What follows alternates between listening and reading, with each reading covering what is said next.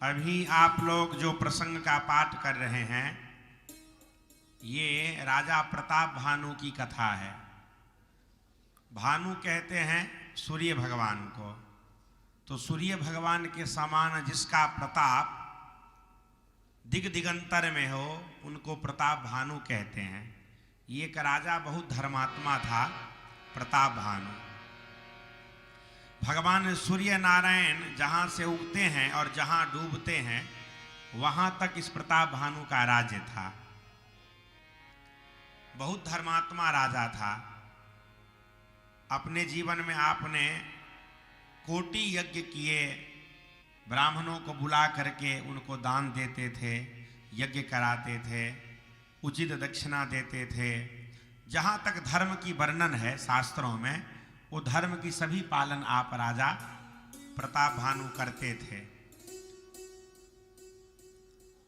तो एक बार आप शिकार खेलने के लिए जंगल गए।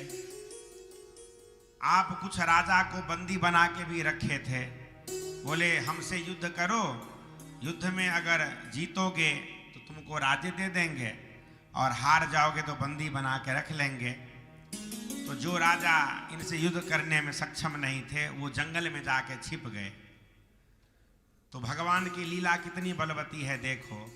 किसी व्यक्ति ने पूछा भगवान से कि प्रभु, ये इतना धर्मात्मा राजा था प्रताप भानु, फिर इसकी ऐसी गति क्यों हुई? इसकी गति ऐसे हुई कि ये बड़ा प्रतापी राजा था, पर एक बार शिकार खेलने जंगल गया तो जिन जिन राजाओं के राज्य ये छीन लिया था, वो साधु के वेश में छुप के जंगल में रह रहा था। तो उसमें एक इनको प्यास लगी बहुत जोर की, तो ये पानी पीने की तलाश में इधर उधर घूमे। फिर एक जगह एक आश्रम दिखा, वहाँ पे प्रताप भानु गए, जल पीने के लिए मांगे। तो वो जो साधु वेश में छलिया राजा थे, वो इनको आश्रम में बुलाए, जल पिलाए। जल पिलाने के बाद राजा ने पूछा आप जंगल में क्यों रहते हैं? बोले हम भगवान की तप करने के लिए रहते हैं। हे राजन, मैं अपने योग बल से और गुरु के आशीर्वाद से मैं जानता हूँ कि आप सत्यकेतु राजा के पुत्र हैं, आपका नाम प्रताप भानु है। और सब बात इनको बता दिए। तो किसी को कोई अनजान व्यक्ति सब बात बता देता है तो कौतूहल होता है, अरे ये तो बड़े तत्वदर्शी हैं, बड़े ज्ञानी हैं, और उनकी ख्याति फैल जाती है सब जगह। जैसे अभी अपने पूज्य बागेश्वर वाले बाबा जी देखिए, पूरे भारत देश में छाए हैं, धीरेन्द्र कृष्ण शास्त्री जी महाराज जी। लेकिन यहाँ पे ये राजा था और छल से बाबा जी के वेश बना के छुपा हुआ था, और ये सब जानता था, तो ये बता दिया। अब राजा के मन में कौतूहल हुई, ये बड़े ज्ञानी राजा हैं, हम अपने मन की कुछ बात इनसे कहेंगे तो ये पूर्ण कर देंगे। तो उस छलिया ने पूछा उस साधु वेश में जो था राजा, कि तुम्हारे मन में क्या क्या इच्छा है बताओ, वो मैं पूर्ण कर दूंगा। तो प्रताप भानु ने कहा कि मुझे कभी बुढ़ापा नहीं व्यापे, ऐसा हुआ है क्या? उसने कहा कि जरा मरण दुख रहित तनु समर जिते जनिको, एक छत्र रिपुहीन मही राज कल्प सत हो। मुझे बुढ़ापा नहीं व्यापे, मेरा मरण कभी नहीं हो, दुख रहित शरीर हो जाए, हमारे शरीर में कभी कोई ज्वर बुखार सर्दी कुछ हो ही नहीं। जरा मरण दुख रहित तनु, युद्ध में हमें कोई जीत नहीं पाए, और एक छत्र मेरा संसार में राज्य हो। बोले ऐसा कैसे होगा? पर उसने कहा हाँ हो जाएगा। बोले कैसे? बोले 1 वर्ष तक तुम नित्य 1 लाख ब्राह्मण को निमंत्रण दो, और ब्राह्मण को नित्य जिमाओ, और ब्राह्मण को जब नित्य 1 वर्ष तक भोजन तुम दोगे तो तुम जो चाहोगे सो हो जाएगा, सब कुछ संभव हो जाएगा ब्राह्मण के आशीर्वाद से। देखते हैं पितृपक्ष में लोग कितने पंडित जी को बुला बुला के घर में भोजन कराते हैं।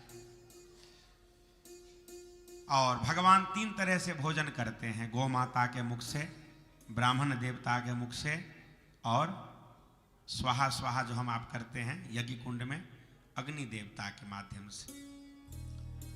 बोले ठीक है ऐसा होगा। बोले ये बात किसी से कहना नहीं, तुमको रथ समेत हम तुम्हारे नगर में पहुंचा देते हैं। और राजा के मंत्री को बंदी बना लिया। और इस कपटी मुनि का एक मित्र था, वो जानता था माया, उसने राजा को जब सोया तो रथ समेत इनको इनके घर पहुंचा दिया। राजा को बड़ा आश्चर्य लगा। बोले मैं तुम्हारे घर आऊंगा, मैं भोजन बना बना के तुमको दूंगा और तुम ब्राह्मण सबको निमंत्रण दे के बुलाओ और उनको परोस परोस के खिलाना। 1 वर्ष तक ऐसा करेंगे। अब वो कपटी मुनि आया राजा प्रताप भानु के नगर में और आकर के भोजन बनाया और भोजन में मांस मिला दिया। और मांस मिला दिया, जानवर के मांस मिला दिया।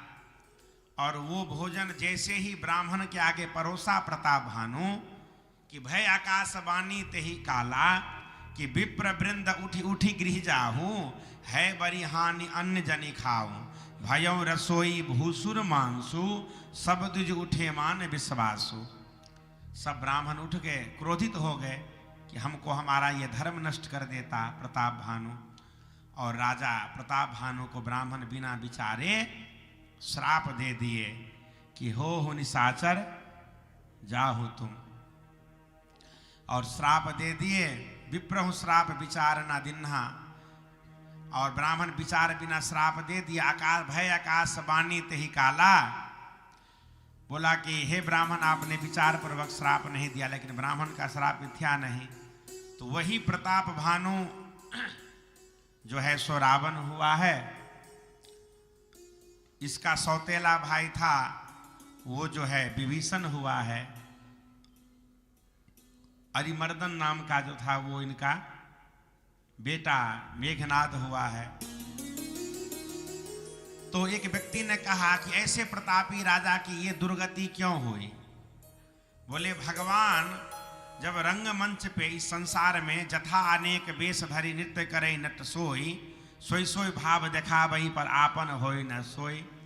जैसे कोई नाटक करने के लिए आता है मंच पे तो वो व्यक्ति नहीं होता है, कुछ और होता है, लेकिन वो पात्र बनता है। तो ऐसे ही भगवान जब भी संसार में आते हैं कोई लीला करने के लिए, तो उस परमात्मा के लिए वैसे बराबर के पात्र होना चाहिए कि नहीं। तो भगवान ने देखा कि ऐसे प्रतापी व्यक्ति सामने पात्र होगा तो उससे युद्ध करने में अच्छा होगा, इसलिए भगवान ने इनको चुना।